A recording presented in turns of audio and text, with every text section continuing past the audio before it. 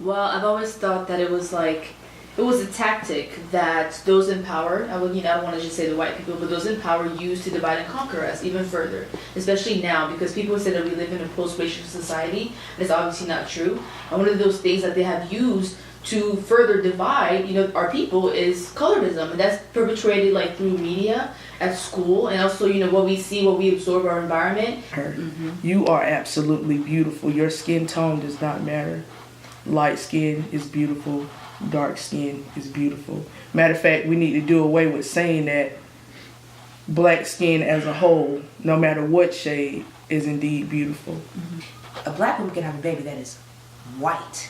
We should have a baby that is very, very dark skinned. We have such, the scale, of the tones of our skin is something that I think we all should be in awe of, and instead we're fighting over it. We're fighting and trying to declare one tone better than the other tone instead of really appreciating and marveling at the beauty of what our melanin can do, But one of my ideas is truly, if we're all raised to see the beauty in one another, we can't be torn apart.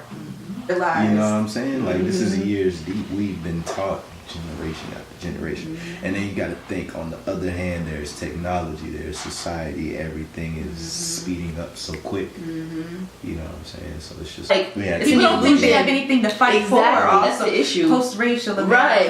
Or you're just too lazy to get up and work. Right. And you don't really know what we're really putting up against. I strongly believe that we will get there, though. Yeah, of course. Because we're only fucked if those who are conscious enough continue to sit back while everything does hit the fan. So it's up to us who really do recognize it to step up, get out there, take charge, make somebody aware of what's going on. Because a lot of times they just see it is and just let it fly by because they don't see the seriousness in it. But if we come together, things could be great, because we really do have so much power as African Americans. And white people, they like to try to be a part, but they don't know the issues.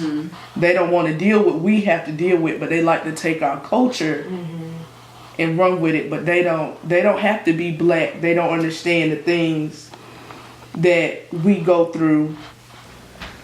I guess one of the biggest things about the black community is that during from the time when they brought slaves over from Africa, we still loved who we were as people. There was that sense of pride, that sense of value, and that sense of worth. And that was there for hundreds of years. And then after desegregation, that's when everything began to shift for the black communities. And so that's where the problem lies. We've lost ourselves. We've lost our value. We've lost we just lost everything about who we are as a people, and that's where the problem that's being taught comes up. Exactly. Everybody is trying to survive, and it comes back to, am I going to make sure that everybody's okay, or am I just going to make sure that I'm okay? Now, back in the olden days, it was, we're going to make sure that our whole family's okay, our whole tribe, everybody that looks like us. I'm going to make sure that you're okay. That's what we need. And honestly, I can't even get mad at the education system, because that's exactly what it is. It's a system. Everybody knows racism is a system. Well, everybody doesn't know, but racism is a systematic oppression. And it exists. It's a real thing. Everybody. Our generation finally got it on August 9th. When Mike Brown got killed. Some were wicked. I think that was the thing that shifted, the date that things shifted for us. Because I feel like before we got it, but then it was evident. So Twitter, everybody's on Twitter as it is. And so for us to be on Twitter for days, just document shit. Twitter work happened. Yeah. And we turn it on CNN, you don't see nothing.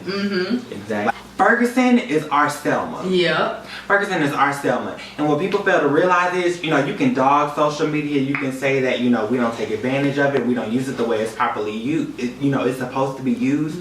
But had it not been for social media, had it not been for Twitter, we would not even know about what happened with Mike Brown. We wouldn't even know. It would not have even made the first page news. In that county. It wouldn't have made it out of Missouri. Definitely. a real story. Right. And I feel like people don't give our generation enough credit because if you look at Ferguson, it's us. Right. It's us. Right. It's not Al Sharpton. It's not Jesse Jackson. Jesse Jackson. It's not Al Sharpton. It's not Jesse Jackson. It's us. It's young black intellectuals, however you want to define that. It's us. And I feel like we don't get enough credit. Right. We don't get enough credit. We approach it, with a different mindset. It's a different time. Yes, it's a different time. We have to. The things that worked then Seriously.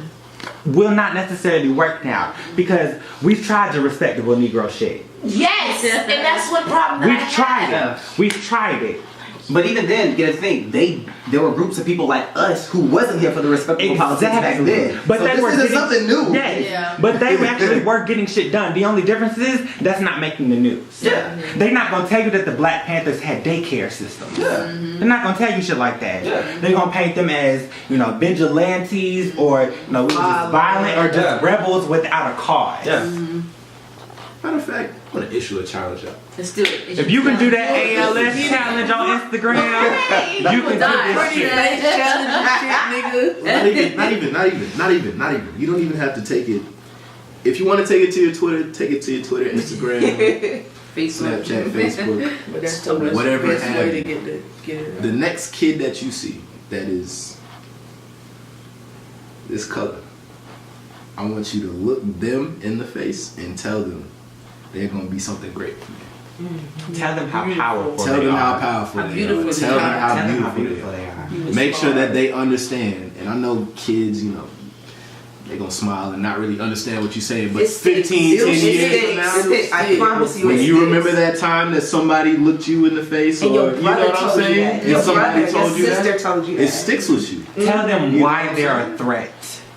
Tell them why they're a threat. It's made- Tell them why they can change it. Right.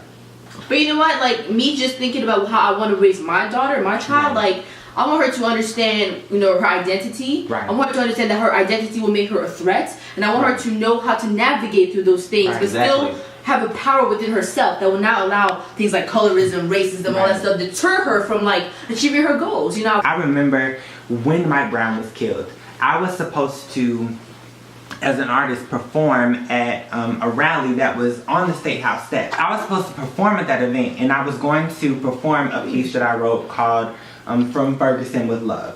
And when I told my mother that I was going to perform at this event, she was like, I don't want you to do it. She wasn't with it. I don't want you to do it. Don't draw any attention to yourself. Go straight there and go straight back. Don't make any noise. If you're gonna be in the number, just be in the number. I should not have to sit there I'm sorry, I'm about to get emotional. No, go ahead. Because it's real, you know what I'm saying? This is what I'm saying, we're not making this up. I should not have to sit there and tell my mother that I'm going to make it home for dinner. I shouldn't have to sit there and break that down to her. Her heart should not stop every time the phone rings and I'm not home. Her heart should not stop. She should be okay. She should. I'm sorry. I left home today and she said to me, let me know. And I had a meeting to go to before I came to this. She said, let me know when you get there, when you're leaving your meeting, when you're going to your next stop. Let me know when you're making it from point A to point B because my nerves can't take it. She shouldn't have to feel that way. It's so unfair. It's so unfair that I have to debrief her every time I make a move and I'm not in her sight. That's so unfair. And that's so heartbreaking. Because it's nothing I can do to stop it. And there's nothing I can do to ease that pain. And there's nothing she can do. Because it's a system. because you kind of talking about like owning your blackness, loving it, and appreciating it. And I want to tie that into what you were saying earlier with how you want your daughter to be able to be around white people and not feel like she's less than. Oh yeah, she You know, is. I think a lot of time in today's society they tie unity in with everybody being the same, Right. but that's not what unity is. Unity Everybody is everybody being different, different, coming but still together. coming together and Exactly. getting along. Right. Like, love the differences about one another. Yeah, people say I don't see color. No, see my See my color. color. Please appreciate it. I need you to see my color. Come tell me. Come this is on. why. Appreciate that I'm different from you and respect that. And that's the The problem. same way I do for you. The same way I You know do what for I'm you. saying? I don't make you Right feel now. uncomfortable about Exactly. your lack of melanin. So don't make me feel uncomfortable about my abundance. of mine. I expect the same common courtesy that I extend to you. Yes. I love That that. is it. If you can go to jail for shooting a police dog, You should be able to. You should be. You should never go to jail for killing me now. 35 years. Are you Okay. I really ain't shit. Exactly. The dog. 35 years. That's insane. That's the thing. Like That's how you know they do not give a fuck about black life. a single solitary fuck. The funeral for a dog, but will leave a black body outside For right 4 hours. 4 hours. Yeah. That's the thing. How am I going to tell my black child? How am I going to look my son in the face? We talked about this. How am I going to tell my black son or my black daughter?